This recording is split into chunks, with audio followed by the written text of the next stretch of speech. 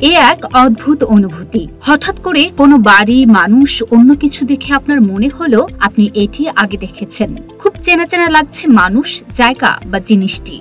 যদিও আপনি খুব ভালো করেই জানেন এই জায়গায় আপনি আগে কখনোই আসেননি, কিংবা সামনে দাঁড়ানো লোকটার সাথে অতীতে আপনার কখনোই সাক্ষাৎ ঘটেনি। ইংরেজিতে এই অনুভূতিটাকেই বলে ডেজা ভু।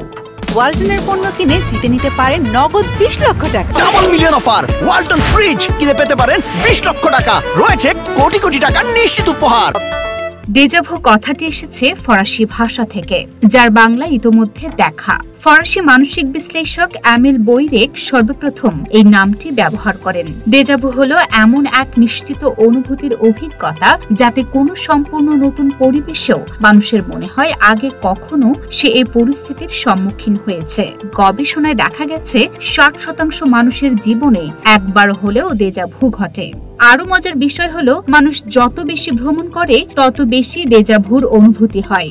কোন স্থান বা বিষয়ের বর্ণনা বারবার খুব বিস্তারিত শুনলে বা জানলে সাধারণত এর প্রভাব মস্তিষ্কে খুব গভীরভাবে পড়ে। এরই ফলে এই ডেজাভু।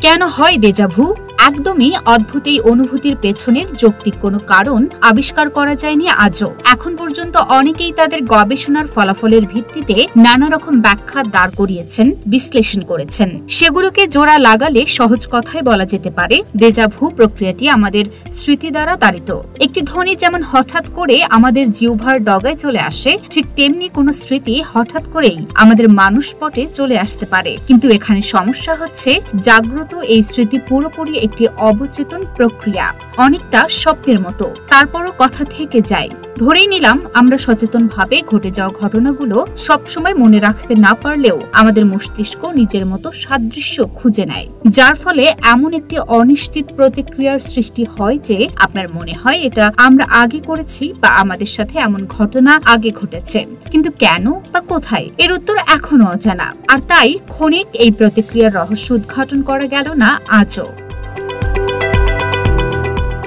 আপনার চিন্তায় আরেকটু নাড়া দেই। আপনি জানেন কি, খুব পরিচিত ব্যক্তির চেহারা বা জায়গা দেখে হঠাৎই আপনার খুব অপরিচিত লাগতে পারে। আপনার মনে হতে পারে এই চেহারা আপনি আগে কখনোই দেখেননি, আর এর নাম জামাইসভু। ডুনাফুসনিপা ঠকাপোস্ট।